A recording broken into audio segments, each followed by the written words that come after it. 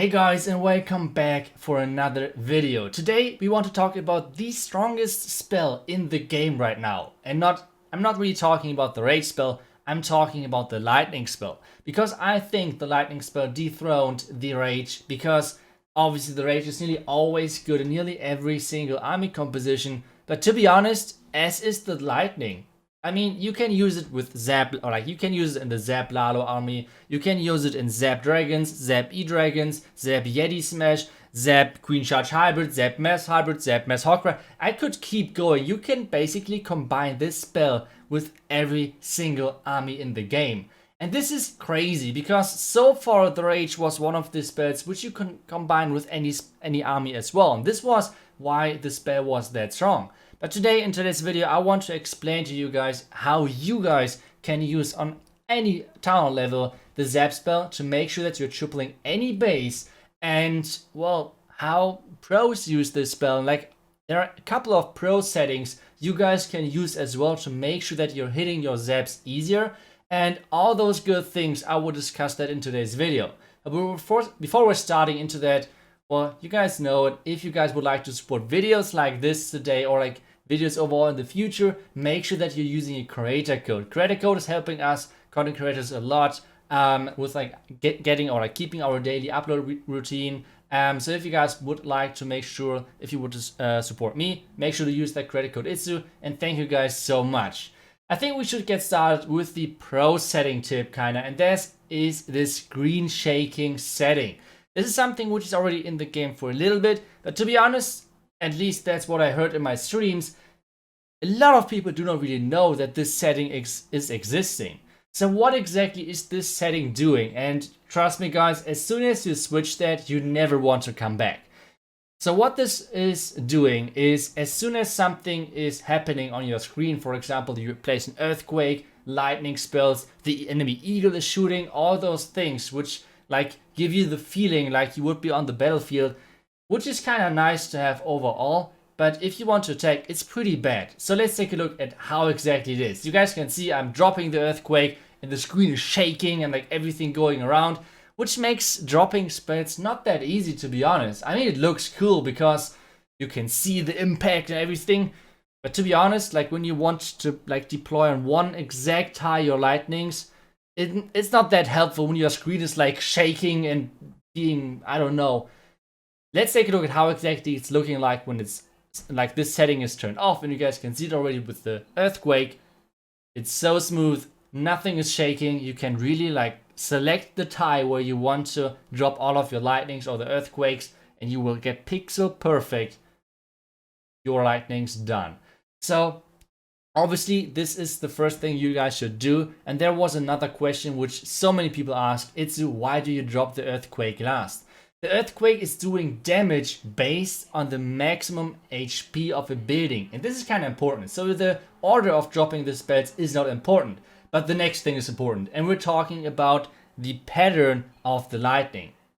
Actually, we're talking about the radius, because pattern, this is how the lightning worked earlier. Today, now we're talking about this kind of like this small ring, and I will explain to you guys really how this works. First off, you have all of those tiles on your building, like on not your building, but you're on your village, and every single tile is one radius basically. So if you place the lightning in the core, like at the first tile which I highlighted, then you can go into each direction with 2 more tiles, and then you kind of have the radius of the spell. But obviously the lightning spell is not just like an X, it's more like a ring. And you can see at the top right still, because there's still the highlighted like the radius. But so we should add a couple of more tiles which we can actually hit. And as soon as we did that, you guys can see how exactly, or like which buildings you can actually attack. So maybe you should try that on your own, because as soon as you did that, you can really nicely see which buildings can be hit and which not. Which means you can just drag buildings into this drawn radius. So for example, let's place the clan castle in the core, which means obviously, yeah, you can place, like you can hit the clan castle. Surprise, surprise, I'm kidding. So let's say you want to know if you can hit like 2 buildings. So let's see, we'd put the clan castle over here, and then we'll choose another building, maybe the eagle, because the clan castle and the eagle are two really nice targets and both need 7 zaps or like lightnings. So you guys can see if they are ordered like this or like structured like this, you can zap both of them if you're hitting the middle tile.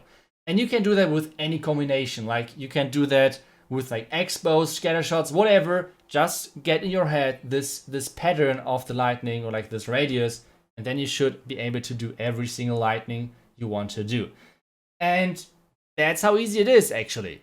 But there's one more thing which is important about lightnings, and this is something which is going for every single town hall, like this radius, which is for every single town level as well. But this is all about how many zaps do you need for which building, and this table is really nice for that, because you can see like cannon, archer tower, mortar, and so on, like all of the defenses, and then you can see how many zaps and earthquakes, for example, you need to take down every single building. This is super helpful, obviously, for planning and so on.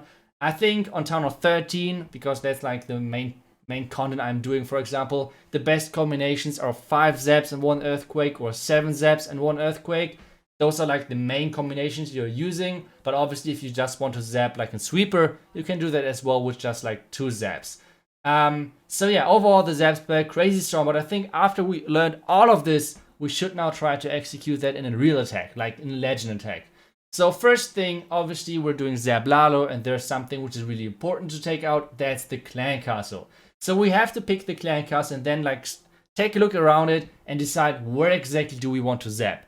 I have decided, okay, let's go for the clan castle and for the eagle, and then for the wizard tower. You should always try to go for as much value as possible. Obviously, I could just zap like the CC and the eagle. Value would have been nice. Why wouldn't you take just the wizard tower as well? The next thing is, where do you do your sui? Where would you put your heroes? And there's something really important is, first you want to go for value, which means, for example, you want to go for enemy heroes, royal champ, queen, for example. The town hall is nice to get, eagle if it's not already dead, and then scatter shots, obviously. But the next thing is, you can't go with your heroes into like 4 million ground expos.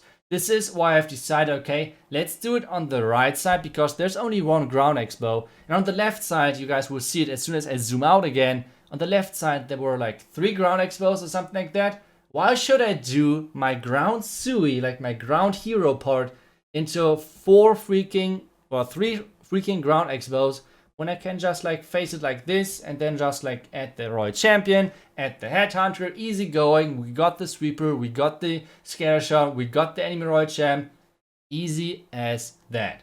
The next thing is, obviously, we just go for the pathing which we just created, and we're going into the direction where the sweeper is not pointing. That's kind of an easy choice over here. So what we're doing, we're going for the right side on this base and just having nice pathing. Then obviously it's a ring base, and guys, do not try to create really great pathing for the town hall.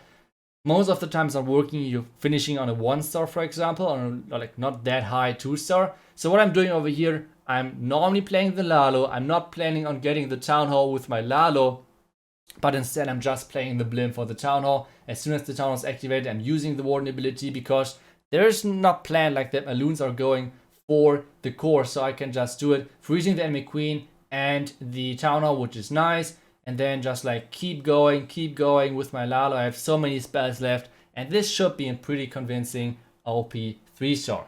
And then obviously, guys, you do not have to combine the zaps with Lalo. Zap Lalo is just one of the strongest options you have out there, and it's pretty strong. On Townhall 10, for example, Zap Dragons are killing it. Just try it on your own. Try to go for sweepers, try to go for air defenses. If there's like an expo next to an air defense, go for it as well. That's no problem. You guys will see really fast that on Townhall 10, barely any base can defend Zap Dragons. You should try it on your own.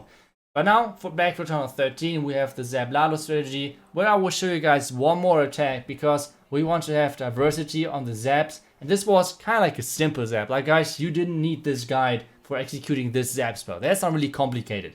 The next one is hopefully a bit better, or like hopefully a little bit more complicated, if that makes sense. So let's see how the next base is going to look and what we can do over there. But always keep in mind this radius of the zap, or like of the lightning, because this is pretty important. you have one tile in the middle which you're hitting, and then into both directions you have 2 tiles, which means, for example, if there are 3 buildings like touching each other in a line, so you have like Expo, Scattershot, for example, like Expo, Clan Castle, Scattershot, or like on this one we have Expo, Clan Castle, and the Queen. If you have all of those in one line, you can just zap everything together.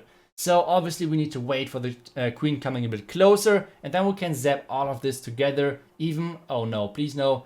Okay, no disconnect. That's great. I guess I have to upload or like update, whatever. Either way.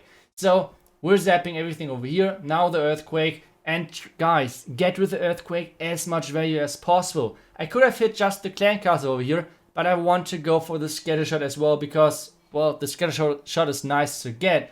And it's, I think, like 29% HP of the building already gone. That's quite a bit. That's quite a bit. So thinking about the Sui right now, getting my king, my queen, everything in there. Royal Chain was mainly for creating the funnel and obviously like doing a couple of skips at the bottom side. I placed already a couple of minions because, well, time is always an issue, right?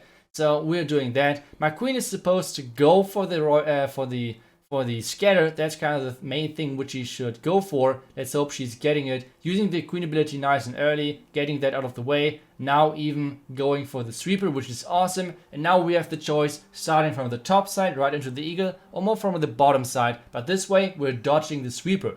And I think dodging the sweeper is most of the time the better choice, at least as long as the eagle is not like super far back. But the eagle is like kind of on the middle way, I would say. So that's pretty easy to go. This time we do not need a slammer because I think we should be pretty good to go. Now the slammer into the enemy royal champion because, I mean, the enemy royal champion should go down. Now both headhunters. I'm freezing the multi and the ground expo because this makes sure that my headhunters can actually reach the enemy royal champion. Now freezing everything, now hasting everything, now doing the warden ability on everything. And now crushing everything. That's kind of the setup of this plan. And you guys can see this is going to be, or like this should be, another 3-star for us. The slammer didn't even pop at this point. And just try it on your own. Just try to go for any zap entries with any zap armies. And this is working, like I said, for any town level. This is not like only an exclusive army for Townhall 13.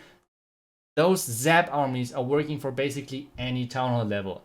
So get creative, do your thing, get the enemy being really annoyed because those zap spells are so really, like, they're so tough to defend because you can't you can't spread out your base too much because then it's like weakened against other strategies. But as long as you have like a couple of key buildings next to each other, your base is already dead. And this is why this strategy, or like not the strategy like specific, but why this spell is the strongest spell in the game right now.